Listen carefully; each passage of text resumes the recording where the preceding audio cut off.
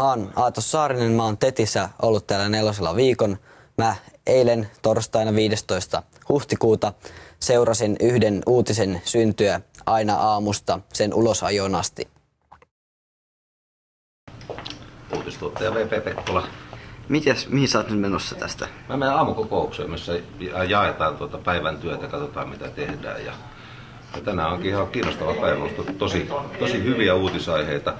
Muun muassa ulkomaan uutinen kiinnostava Islannin tulivuoren tuhka on nyt sulkemassa lentoliikennettä koko Pohjois-Euroopassa, koska lentokoneet ei pysty lentämään, kun tuhka menisi moottoreihin. No ketäs kaikki sitten vielä tuohon aamukokoukseen osallistuu? No siinä on meidän toimittajat, kuvaajat ja sitten on päätoimittaja ja minä. Että se jengi, joka tänään sitä uutisia sitten käytännössä tekee illaksi. Selvä, lähdetään katsoa. Lähdetään katsoa. Yleisestihän tulivuoren tuhka mennessä pudottaa ison koneen, kun se meni moottoriin ja sammutti moottorit. Ja niin, se on tehnytkin. Se on tehnyt. Tomi, sä olit tuolla aamukokouksessa, niin mikä sun homma tänään on? Tänään mä sain tehtäväksi, niin siis mulla on tämmönen normaali niin kutsuttu toimittajavuoro aamu.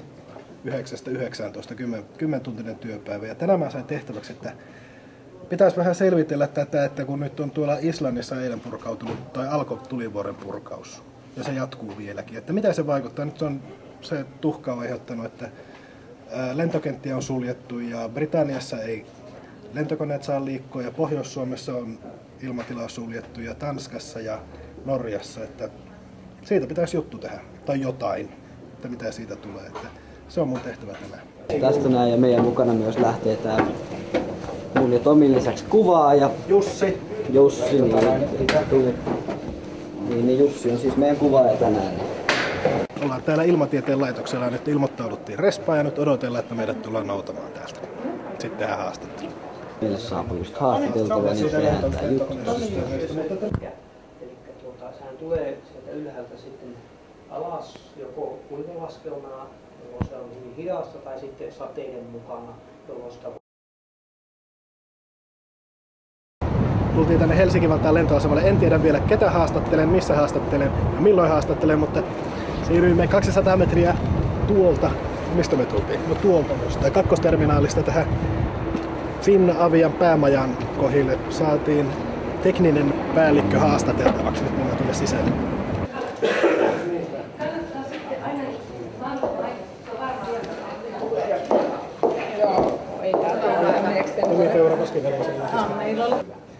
Lennonvarmistusliiketoiminnan johtaja Iloa Finaviasta. Mitä se tilanne nyt tällä hetkellä oikein on? Lentoliikenne taitaa olla aika pahasti sekaisin. Ja mihin aikaan? Tosiaan tilanne on se, että nyt tänään aamupäivän aikana joudumme tekemään päätöksiä liikenteen rajoittamisesta Pohjois-Suomessa ja nyt sitten tuossa noin tunti sitten aluetta laajennettiin myöskin tähän keskiseen Suomeen.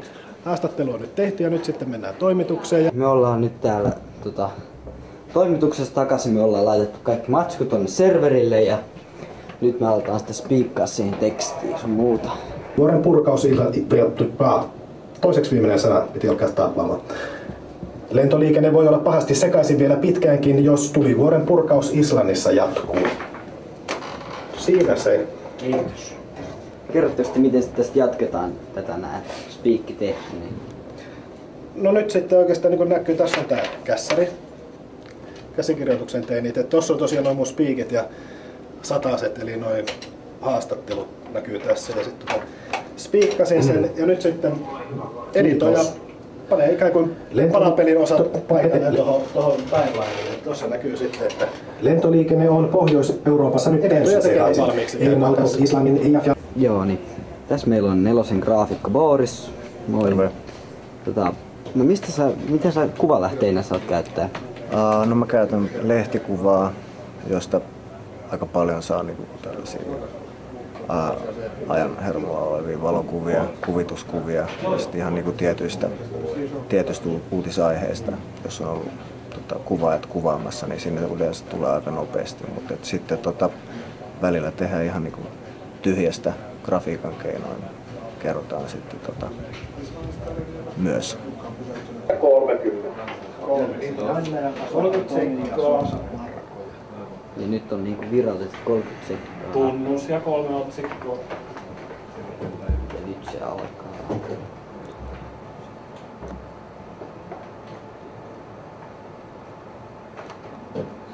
Kymppi.